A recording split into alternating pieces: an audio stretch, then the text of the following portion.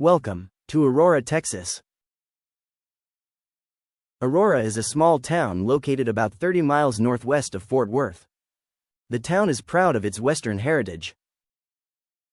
But on April 17, 1897, the town became infamous for something else the town has come to embrace.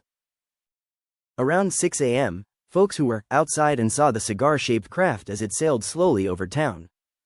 Locals reported that the craft was flying lower than as seen before, and crashed onto a farm. The craft crashed into the windmill on the farm owned by Judge J.S. Proctor. 2 days later, the story was reported in the Dallas Morning News.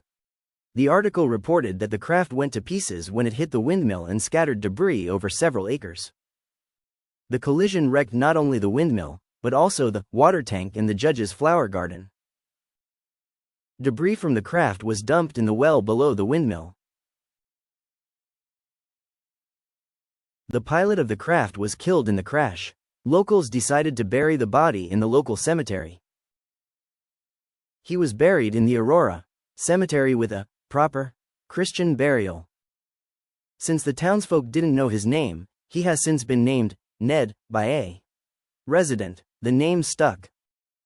It was thought that since Ned was not from this world, he must be from Mars. Many in the town are still so enamored by the tale, they built this sculpture. The sculpture depicts the windmill, spaceship, and Ned. Ned even has his own driver's license.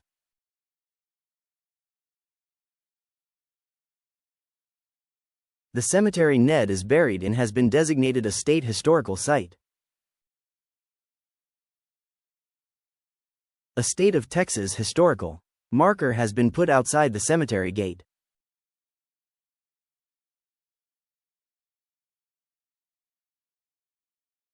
People come from all over to visit what has thought to be Ned's grave.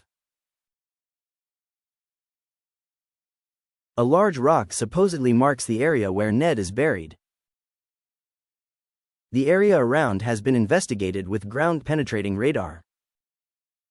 Unfortunately, if something was found, no exhumation can be done without written permission from the next of kin. Ned's original grave marker has been taken over the years and never returned.